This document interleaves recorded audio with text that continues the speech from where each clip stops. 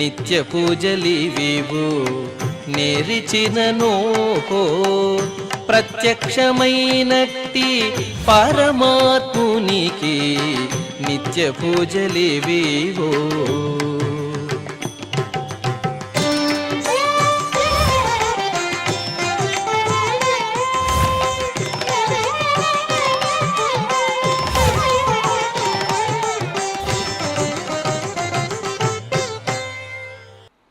ఓం నమో వెంకటేశాయ.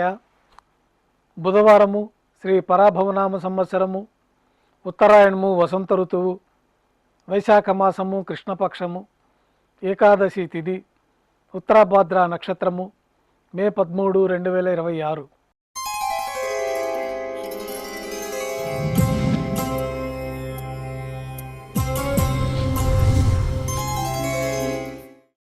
ప్రాతకాల నైవేద్యాల్లో భాగంగా అన్నప్రసాదాలు, పన్యారాలు ఘంటానాదం మధ్య శ్రీవారికి నైవేద్యంగా సమర్పించి సాతుమర పూర్తి అయిన తర్వాత భక్తులని సర్వదర్శనానికి అనుమతిస్తారు. కొద్ది విరామం తర్వాత మాధ్యాహ్నిక ఆరాధనలో భాగంగా బంగారు పంచపాత్రలో శుద్ధ తోయాన్ని నింపుకొని స్వామివార్లకు ఉపచారాలు సమర్పించి అష్టోత్తర శతనామార్చన నిర్వహించి మాధ్యాహ్నిక నైవేద్యంలో భాగంగా అన్నప్రసాదాలు, పన్యారాలు నైవేద్యంగా సమర్పించి భక్తులని సర్వదర్శనానికి అనుమతిస్తారు. ఉభయ దేవేలతో శ్రీ మలయప్ప స్వామివారు బంగారు తీర్చిపోయిన వేంచేసి విమాన ప్రదక్షిణంగా సంపంగి ప్రాకారంలో కల కళ్యాణ మండపానికి చేరుకుంటారు. కళ్యాణోత్సవం ప్రారంభమవుతుంది.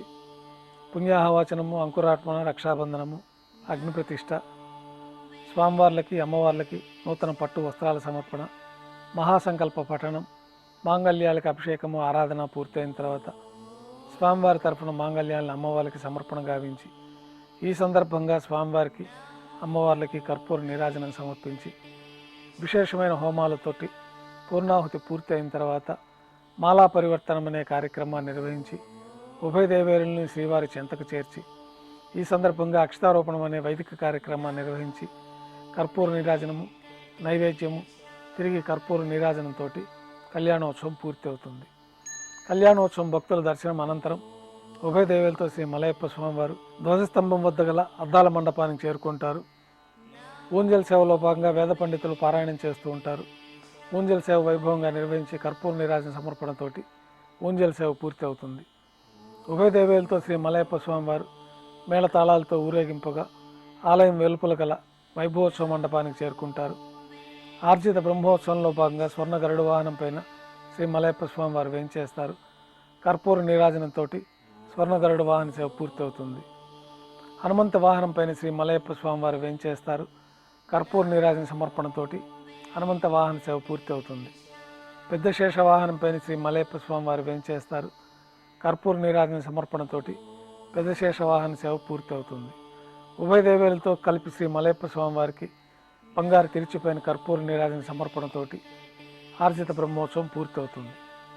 సాయం సంధ్య వేళలో 1000 దీపాలతో అలంకరించబడి ఉన్న సహస్ర దీపాలంకరణ సేవ మండపానికి ఉభయ దేవేలతో శ్రీ మలయప్ప స్వామివారు చేరుకుంటారు. వేదం, గానం, నాదం నడుమ సహస్ర దీపాలంకరణ సేవ నిర్వహించి నక్షత్ర నీరాజనము, కర్పూర నీరాజన సమర్పణతోటి దీపాలంకరణ సేవ పూర్తి అవుతుంది. ఉభయ దేవేలతో శ్రీ మలయప్ప స్వామివారు 4 తిరువీధుల ఉత్సవం జరుపుకొని భక్తులను అనుగ్రహించి ఆలయంలోకి చేరుకుంటారు. ఆలయంలో నైవేద్యం అయిన తర్వాత గర్భాలయంలో వేంచేస్తారు. వెంటనే రాత్రి తోమాల సేవ ప్రారంభమవుతుంది. ఉదయం సమర్పించిన పుష్పమాలికలన్నీ సల్లింపు చేసుకొని గర్భాలయాన్ని శుద్ధి చేసుకొని బంగారు పంచపాత్రలో శుద్ధ తోయాన్ని నింపుకొని శ్రీ వైకానస భగవత్శాస్త్రోక్తమైన విధానంలో మూలమూర్తికి, ఉత్సవమూర్తులకు ఉపచారాలు సమర్పించి కొత్త పుష్పమాలికలతో మూలమూర్తికి, ఉత్సవమూర్తులకు అలంకరణ జరిపి చతుర్వేద మంత్రాలతో మంత్రపుష్పాన్ని సమర్పించి నక్షత్ర నీరాజనము, కర్పూర నీరాజన సమర్పణతోటి రాత్రి తోమాల సేవ పూర్తి అవుతుంది. అష్టోత్తర శతనామార్చన ప్రారంభమవుతుంది. తులసి దళములతో శ్రీవారి పాదపద్మాలకు అష్టోత్తర శతనామార్చన నిర్వహించి నక్షత్ర నీరాజనము, కర్పూర నీరాజనంతో అష్టోత్తర శతనామార్చన పూర్తి అవుతుంది. రాత్రి నైవేద్యంలో భాగంగా అన్నప్రసాదాలు, పన్యారాలు, దోశ, ఘంటానాదం మధ్య శ్రీవారికి నైవేద్యంగా సమర్పించి తిరువీస నైవేద్యం పూర్తి అయిన తర్వాత భక్తులని సర్వదర్శనానికి అనుమతిస్తారు.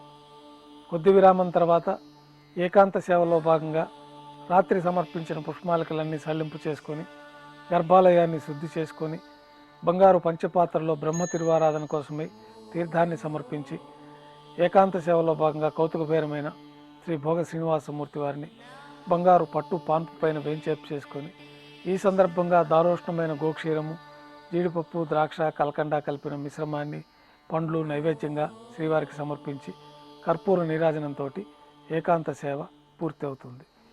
ఓం నమో వెంకటేశాయ.